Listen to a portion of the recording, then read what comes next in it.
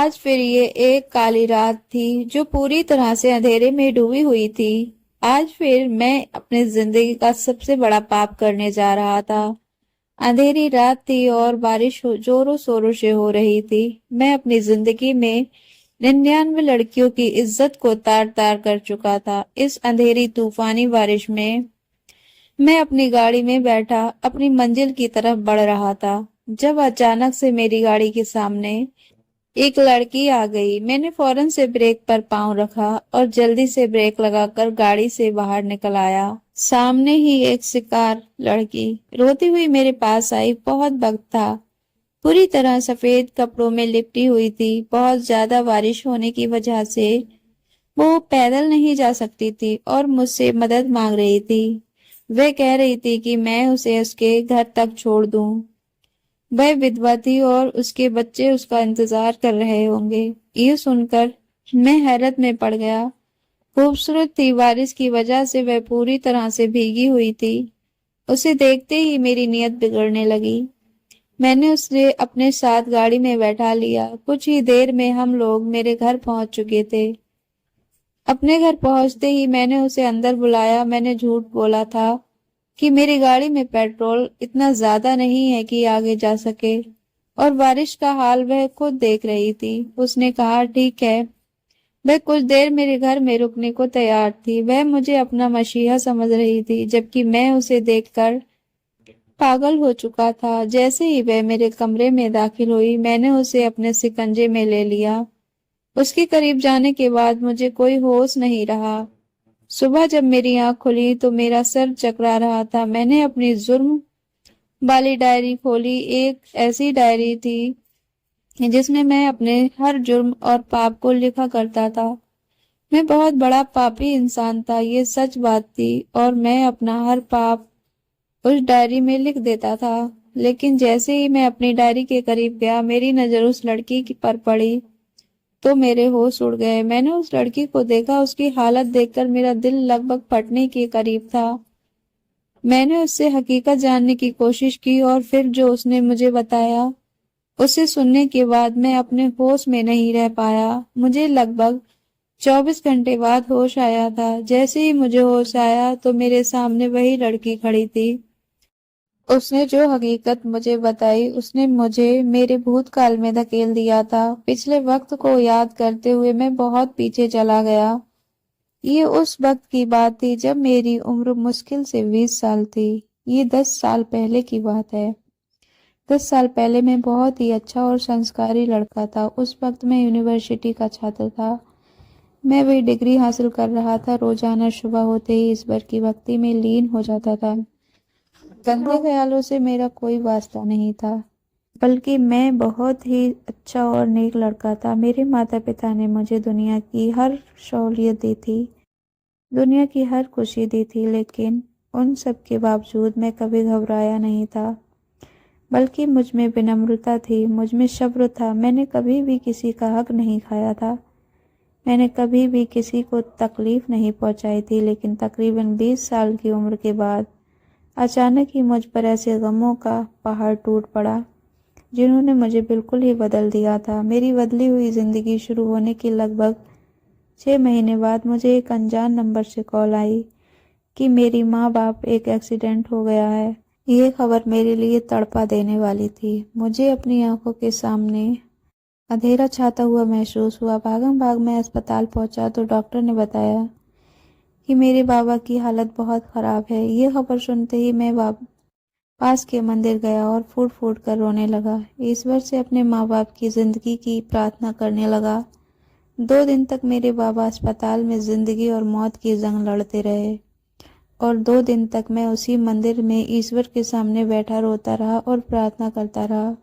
मुझे यकीन था कि ऊपर वाला मेरी जरूर सुनेगा, कम से कम उन दोनों में से किसी एक को तो बचा लेगा। मैंने परमात्मा को उन सभी अच्छे कर्मों की कसम दी और अपने माँ बाप की जिंदगी की भीख मांगी जो अब तक मैंने किए थे, लेकिन मेरे ये प्रार्थना स्वीकार नहीं हुई। मेरे माँ बाबा दोनों का ही निधन हो गया। ये खबर मेरे ऊपर किसी पहाड़ की तरह गिरी थी। मेरे हालात एकदम से बदल गए थे। जिस तरह से तजुर्बा इंसान को सिर्फ एक पल और एक लम्हे में मिल जाता है, बिल्कुल उसी तरह एक कमजोर लम्हा हमें हमारी पूरी मेहनत से हटा सकता है। मेरे माँ बाप की मौत की खबर मेरे लिए वह सबसे कमजोर लम्हा था जिसने मुझे सही रास्ते से एक पल में हटा दिया था। कितनी महीने तक मैं रंजो गम में डूबा रहा और अचानक जब होश की दुनिया में वापस आया तो मालूम हुआ कि मेरे बाबा की पूरी कंपनी बुरी तरह से डूब चुकी थी। मुझे समझ नहीं आ रहा था कि मैं इस परेशानी से खुद को कैसे निकालूं। माँ बाप की मौत का गम इतना बड़ा था कि मेरे लिए खुद को संभालना बहुत मुश्किल हो गया था। ये मेरी बचपन की आदत थी कि मैं अपने हर पुण्य को अपनी डायरी में दर्ज किया करता था। मैं उस डायरी में हर बात लिख देता था जो मैंने पुण्य के तौर पर की होती थी। राहगीरों की मदद करता, बड़े बूढ़ों को सम्मान करता था। यूं समझ लो कि अच्छाई का कोई भी काम नहीं छोड़ता था और उन सभी कर्मों में अपनी डायरी में पुण्य के तौर पर दर्ज कर दिया करता था, ये सोचकर कि मैंने आज ईश्वर को खुश करने के लिए ये काम किया है। मैंने एक बार फिर खुद को संभाला और एक बार फिर ऊपर वाले की तरफ झुकने की कोशिश की। मैं एक बार फिर से ईश्वर से प्रार्थना करना चाहता था कि मेरे बाबा का कारोबार सही तरीके से चल पड़े। मुझे कारोबार से कोई मतलब नहीं था, मुझे सिर्फ अपने बाबा की मेहनत से मतलब था। उन्होंने सारी जिंदगी मेहनत करके इस कारोबार को खड़ा किया था और मैं इसे डूबता हुआ नहीं देख सकता था। मेरे पास मेरे बाबा की ये एक आखिरी निशानी थी। मेरी वो डायरी तकरीबन भर चुकी थी। मेरी डायरी में मेरे भी इंतहा अच्छे कर्म दर्ज थे। आज भी मैंने यही किया था। मैंने अपने घर आया और अपनी डायरी को उठाया और एक एक पन्ने को पलटने लगा। जैसे जैसे मैं पन्ने को पलट रहा था मेरी आंखों से आंसू निकल रहे थे। उस डायरी में अब तक लिखे गए तकरीबन 1000 से भी ज्यादा अच्छे कर्म थे। मैंने अपने ईश्वर के आगे माथा टेका, रो रो कर प्रार्थना की, हे ईश्वर, मैंने जिंदगी में इतने अच्छे कर्म किए हैं कि अब तो उनका गिनना भी मुमकिन नहीं है। मेरे मालिक, मेरे किसी एक अच्छे कर्म के बदले मुझे इन मुश्किलों से निकाल दे। मैं हर रोज सुबह शाम यही प्रार्थना करता और उस डायरी को देख कर रोता। सुबह शाम परमात्मा से यही प्रार्थना करता है, ईश्वर, मैंने ये भी अच्छा काम किया था, मैंने वो भी अच्छा काम किया था। किसी एक अच्छे काम के बदले मुझे मेरे सभी मसलों से छुटकारा दिला दे। लेकिन शायद मेरी कोई भी अच्छाई स्वीकार नहीं हो रही थी।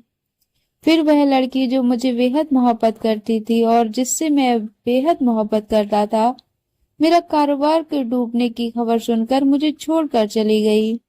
वह किसी अमीर आदमी के पास चली गई। मैं बहुत रोता रहा और मैंने बहुत प्रार्थना की कि वह वापस आ जाए, लेकिन वो आदमी से शादी करके देश से बाहर चली गई। उस लड़की को अपनी जिंदगी में वापस लाने के लिए मैंने बहुत प्रार्थनाएं की, लेकिन मेरी ये प्रार्थना भी स्वीकार नहीं हुई। एक लंबा समय प्रार्थना करने के बाद भी जब मेरी प्रार्थनाएं नजरअंदाज हो रही थी तो मैं बागी होने लगा। मैं मायूस हो गया। ईश्वर मुझे माफ करे। धीरे धीरे मैं अपने परमात्मा से दूर होने लगा। मैंने सोच लिया था कि अब मैं उससे कुछ नहीं मांगूंगा। मैंने सोच लिया कि अब जो मर्जी हो, मैं कोई भी अच्छा काम नहीं करूंगा। मैंने सोच लिया था कि अब मैं बुरे काम करूंगा, कभी सभी गंदे कामों की तरफ निकल जाऊंगा, सभी तरह के गंदे काम करूंगा। इसी वजह से मैंने एक नई डायरी खरीद ली थी ताकि मैं उसमें अपने सभी गंदे काम लिख सकूं। मेरे दोस्त ने मुझे बताया कि अगर मैं बड़ा काम करूंगा तो उसकी वजह से मैं इन सभी मुश्किलों से निकल सकता हूँ। मैंने काफी समय अपने ईश्वर से मदद मांगी, लेकिन जब मुझे हर तरफ से मायूसी का सामना करना पड़ा तो मजबूर होकर मैंने गंदगी भरा रास्ता अपना लिया। मैंने हर छोटे मोटे गलत काम करना शुरू कर दिया। फिर मुझे एक बात का पता लगा कि इस दलदल में मैं अकेला नहीं हूँ, बल्कि बहुत से लोग हैं जो इस दलदल में फंसे हुए हैं और बहुत से तो ऐसे हैं जो अपनी मर्जी से इस दलदल में फंसे हुए हैं। मैं गंदे कामों को सहारे ही जीने लगा। अब मेरी जिंदगी गुनाहों में बसर हो रही थी। एक के बाद दूसरा, दूसरे के बाद तीसरा, तीसरे के बाद चौथा, और फिर मैंने लड़कियों की इज्जत को तार तार करने का काम शुरू कर दिया। इस काम में इस कदर मजा था कि मैं अपने परमात्मा को बिल्कुल ही भूल चुका था। ये सच था कि मैंने दिन ब दिन बहुत ज्यादा तरक्की की थी। धीरे धीरे मैं कामयाबी की बुलंदियों तक पहुंच गया। इस बीच मैंने कई लड़कियां फंसा ली थी। मेरे सभी गंदे कामों में लड़कियों की इज्जत सबसे बड़ा गंदा काम था और सबसे पसंदीदा भी। मैं हर रात किसी न किसी लड़की के साथ गंदा काम करता था और मुझे इस बात का जरा भी अफसोस नहीं होता था। सारी लड़कियां अपनी मर्जी से मेरे साथ रिश्ता कायम करने के लिए तैयार हो जाती थी और जब मुझे उनकी जरूरत होती तो मैं उनसे अपनी जरूरत पूरी करता था। लेकिन ऐसा में एक ऐसी लड़की भी थी जिसे फसाना मेरे लिए बेहद मुश्किल हो रहा था। मुझे उस लड़की से एक अजीब सी दिल लगी हो गई थी। मैं अपनी सारी बातें बताने लगा था। मुझे उस लड़की में अपनी परछाई दिखाई देने लगी थी। मुझे यकीन हो चला था कि वो लड़की भी मेरी तरह ही गंदे कामों में पड़ी हुई है। मैं अच्छे से जानता था कि वह भी मेरी साथ इस जुर्म में शामिल होने के लिए राजी होगी। वो लड़की तो मुझे ना मिल सकी, लेकिन उसके अलावा मुझे बहुत सी लड़कियां मिल चुकी थी जो मेरी ही तरह इन कामों में पड़ी हुई थी। जैसे ही मैंने उन्हें गंदे काम की पेशकश करता तो वे फौरन राजी हो जाती और इस तरह मैं इस दलदल में फंसता चला गया। मेरी कंपनी एक बार फिर से डूब चुकी थी। मैंने हर मुमकिन कोशिश की कि मैं अपनी कंपनी को दोबारा से बुलंदियों तक पहुंचा सकूं, लेकिन मेरी हर कोशिश नाकाम जा रही थी। मैं गंदे कामों में इस कदर गिरा हुआ था कि अब वापसी का रास्ता शायद मुमकिन ही नहीं था। मेरी इस दोस्त ने मुझे हौसला दिया और तसल्ली दी। उसने कहा कि बिल्कुल जल्द ही वापस से अपना स्थान हासिल कर लोगे। लेकिन लाख कोशिश के बावजूद भी मैं अपना वो स्थान हासिल नहीं कर पाया। इसी वजह से मैंने उस लड़की को अपने सुकून के लिए इस्तेमाल करना चाहा। मैं ईश्वर को पूरी तरह से भूल बैठा था। मैं उसकी मोहब्बत से ना उम्मीद हो गया था। इस कदर फंसा हुआ था कि कोई चाहता भी तो मुझे उसमें से नहीं निकाल सकता था। दरअसल मेरे दिल में बंधन पड़ चुके थे। इसी वजह से मैं किसी भी अच्छे काम की तरफ नहीं बढ़ सकता था। लेकिन आज जो हकीकत मुझ पर खुली थी उसने मेरी आंखें हकीकत में खोल दी थी, क्योंकि वह लड़की मेरे सामने थी जो मुझे रास्ते में मिली और जिस चीज ने मुझे बेतहाशा परेशान किया था वो यही थी कि मेरी डायरी जल चुकी थी। रात को जब मैं सोया था मुझे अच्छे तरीके से याद था कि मेरी डायरी बिल्कुल सही सलामत थी, लेकिन जैसे ही मैं सुबह उठा तो वह डायरी जल चुकी थी। मैंने उस लड़की से पूछा तो उसने मुझे बताया कि उसने मेरे गुनाहों वाली डायरी को जला दिया है। मैं खुद ये बात नहीं समझ पाया कि उसने ऐसा क्यों किया, लेकिन जब मैंने उससे हकीकत मालूम करने की कोशिश की तो उसने मुझे बताया कि वह वही लड़की थी जिससे मैं फोन पर चैटिंग किया करता था। मैंने कभी उस लड़की को देखा नहीं था। वह मुझे अनजान नंबर से मिली थी। इसके बाद न जाने क्या कशिश थी जो मुझे उस लड़की के साथ बातें करते हुए महसूस होती थी कि मैंने कभी उसे देखने की भी जिद नहीं की। उसने अपनी कोई तस्वीर नहीं भेजी और ना ही मैंने कभी मांगी, लेकिन मेरे दिल में उसको आगे बैठकर देखने की ख्वाहिश थी। पहले तो उसकी बात सुनकर मुझे हैरत का जोरदार झटका लगा था। भला ऐसे कैसे मुमकिन था? वह लड़की जिसको फंसाने के लिए मैंने हर मुमकिन तरीका अपनाया था, उसके हर किस्म का लालच दिया था, लेकिन वो लड़की मेरी बातों में नहीं आई थी। और अब अचानक से आज वो लड़की मेरे सामने कैसे आ गई थी? वो लड़की जिसके माथे पर मैं अपने घिनौने पाप की कालिक पोतने वाला था। उस लड़की ने मुझे बताया कि वो मुझे पहले से जानती थी और फिर उसने मुझे अपने सारी हकीकत बताई। उसने ये भी बताया कि वह भी मेरी ही तरह अपने ईश्वर से खफा थी। वो भी मेरी ही तरह भटक चुकी थी और अपने अल्लाह से भटक गई थी। ये सुनकर मुझे दूसरा झटका लगा था, क्योंकि ये सच था कि मैं उस लड़की को अपने सारे राज बता चुका था। क्योंकि ना जाने क्यों मुझे यकीन था कि वह लड़की भी मेरी ही तरह पापी होगी और मैं ये अच्छे से जानता था कि वो कभी मेरे राज को किसी दूसरे के सामने नहीं खोलेगी। जिस चीज से मुझे सबसे ज्यादा हैरत हुई थी वो ये थी कि भला वो इस वक्त यहाँ क्या कर रही थी, जब वह अच्छे से जानती थी कि मैं कौन हूँ और उसके साथ क्या करने का इरादा रखता हूँ। तो फिर वह खुद यहाँ चलकर क्यों आई थी। लेकिन फिर उस लड़की ने मुझे बताया कि वह यहाँ पर क्यों आई थी और उसका असली मकसद क्या था। मैं भी तुम्हारी ही तरह एक भटकी हुई लड़की हूँ। तुमने अपने माँ बाप की मोहब्बत में अपने ईश्वर को छोड़ दिया और गंदे कामों की तरफ आ गए, और मैंने अपने पति की मोहब्बत में ईश्वर को छोड़कर ये रास्ता अपनाया था, बिल्कुल इसी तरह जैसे तुमने अपने माँ बाप की जिंदगी के लिए ईश्वर से उम्मीद बांधी थी। मैंने भी अपने पति की जिंदगी के लिए उम्मीद बांधी थी। मेरी नई शादी हुई थी और मेरे पेट में मेरे पति का बच्चा था, लेकिन अचानक से वह बीमार हो गया। वो हफ्तों तक अस्पताल में पड़ा रहा। मैं परमात्मा के सामने रोती रही, मिन्नतें करती रही कि मेरे पास मेरे पति के अलावा कुछ नहीं है, लेकिन मेरी कोई भी आंसू किसी काम नहीं आया। और वह एक लम्हा था जब मैं बागी हो गई।